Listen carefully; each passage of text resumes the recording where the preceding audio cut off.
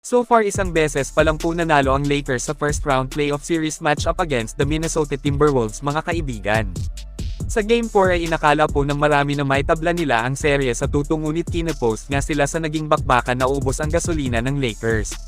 Marami pa rin namang mga fans ang may paniniwalang kaya pang i-comeback ni LeBron at Luka ang series na ito. Para sa akin opinyon ko lang mahirap na kalaban ng Wolves kasi may matimbang na lineup sila. May prime Anthony Edwards na tinawag nilang anak sa labas ni Michael Jordan, may dalawang mamaw na big man sa ilalim si Rudy Gobert at Julius Randle. Hindi lang yan napakalalim po ng bench ng Minnesota, kay Naz Reid pa lang at Donte DiVincenzo ay malakas talaga may parehong opensa at depensa pa. Sinabi na rin natin sa ating nagdaang video na kapag matalo pa sa Game 4 ang Lakers ay mahihirapan na talaga silang gumawa ng comeback dahil sa mahina ang depensa nila sa ilalim, mahirap na kalaban si Julius Randle kita natin na kinakain lang nito ang depensa ng Lakers sa loob wala silang pantapat sa ilalim. Wala din silang legit scorer na reserba na kagaya ni Naz Reid at Donte ng Wolves. Baguhan rin sa playoffs ang kanilang coach kaya sasakit talaga ulo niya kung papaano pigilan ang opensa ng Minnesota. Ani ng mga fans ngayon ay parehong-pareho lang nga daw sina Redick at Darvin Ham. Ang ginawa ni JJ sa Game 4 binabad niya pareho si LeBron at Luka pinaglaro niya ng 46 minutes ang dalawa. Sa tingin nyo sa edad ni LeBron ay hindi bibigay ang katawan niya sa pagod, kaya nagresulta po ng 0 points ni LBJ sa last quarter.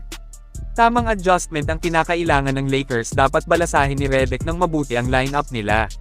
Sabayan at gawan niya ng counter ang bawat atake ng Wolves.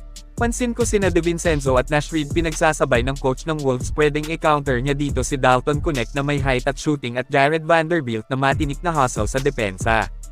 Well baka sabihin ng iba dyan na dapat palitan ko na lang si Redick, kung pwede papalitan ko talaga siya.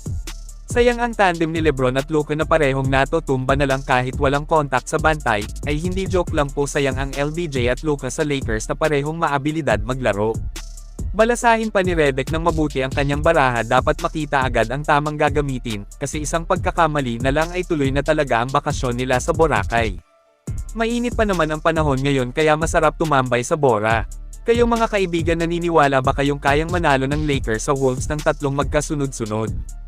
Mag-comment lang po. Samantala may isa pang mautak na paraan na ginawa ni Steve Kerr sa nagdaang Game 3 nila kontra Rockets, kung saan nilagay niya si Quinton Post sa power forward at ginawang sentro si Draymond. Napakatalinong plano ito para sa Warriors coach veteran. Ginawa niya ito para maging primary defender ni Alk Aaron si Dre at libre sa rebound si Quinton Post. Iba talaga gumawa ng adjustment ang isang 4-time NBA champion na coach. Magaling tumempla ng rotation na kahit walang Jimmy Butler ay pinanalo niya ang Warriors gamit ang mga matatalinong diskarte.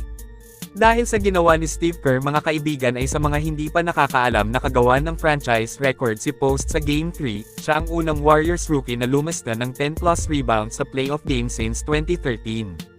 Ito panoorin po natin ang ginawa ni Quinton Post.